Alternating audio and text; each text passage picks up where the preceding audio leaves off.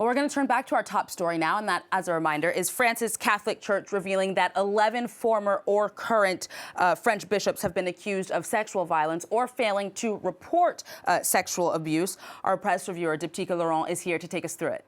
Well, it is making the French papers, but also the foreign papers today, Aaron. Let's start with the Washington Post, the American daily, talking about this today. The French, these revelations coming as French bishops meet in the holy town of Lourdes in southwestern France for a yearly fall conference where transparency on past sexual abuses in the Catholic Church is a key topic. Now, of those 11 bishops accused of sexual violence or failing to report sexual abuses is one man in particular, Jean-Pierre Bernard Ricard. He's the man you see here, a former bishop of Bordeaux and a high-ranking member of the Catholic Church who confessed yesterday to raping a minor 35 years ago. He stepped down from duties, saying he did not want to stay silent about his situation anymore. That's what the Washington Post says in this article.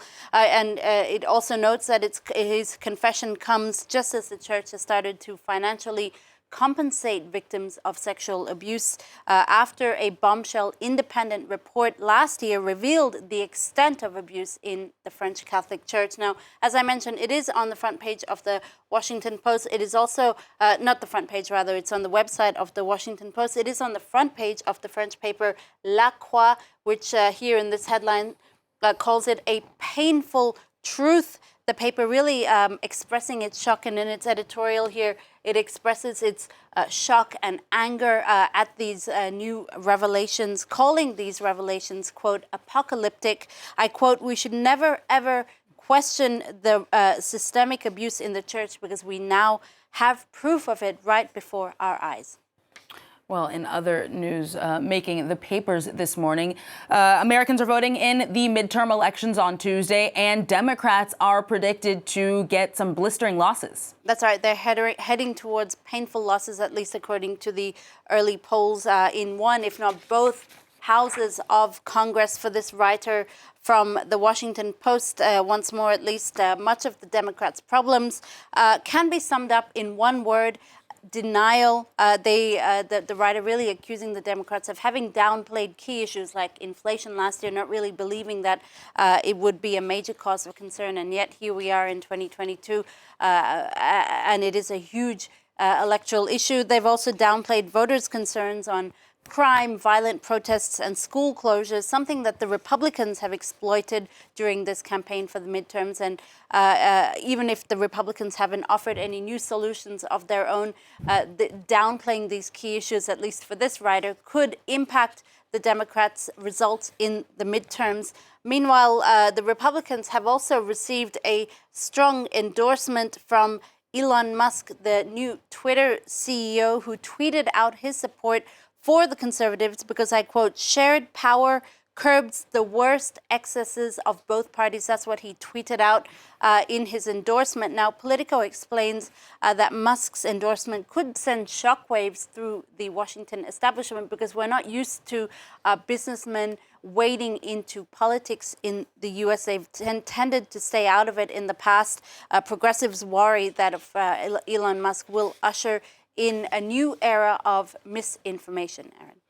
What does the Illustrated Press have to say, Dipty? Well, we've got this great cartoon from an Italian cartoonist here, Marco De Angelis, who titles this illustration as Uncle Sam's Problems. And you see Uncle Sam there sitting on his therapist chair, his therapist being Abraham Lincoln, while he talks about all the problems plaguing America right now. You have the rise of right-wing extremism, Donald Trump, violence, of course, a whole myriad of problems that will no doubt impact at least the results of these midterms. Another big story on the midterm elections, Dipty, is some comments from Yevgeny Prigozhin, who, of course, is the head of Russia's powerful Wagner Group. That's right. The Russian businessman and a close ally of Russian President Vladimir Putin yesterday admitted to interfering in past U.S. elections, but it wasn't a mea culpa. It was a very defiant statement that he will continue, that Russia will continue to interfere in future elections as well. Comments, though, that The Guardian says should be really taken with a grain of salt. The British Daily explaining that part of Russia's hybrid warfare and political interference is not really about how successful the political interference is, but rather in order to sow the seeds of distrust about the health of democratic institutions, and that for that reason we should really take his comments with a little grain of salt, The Guardian says. And finally, from you, Dipti, a new study offers some surprising insight into the behavior of pigs. That's right. Well, this study from the journal Animal Cognition discovered the very sophisticated conflict resolution strategies of pigs. Erin, I never thought I'd say those words on air, but anyway, here we are.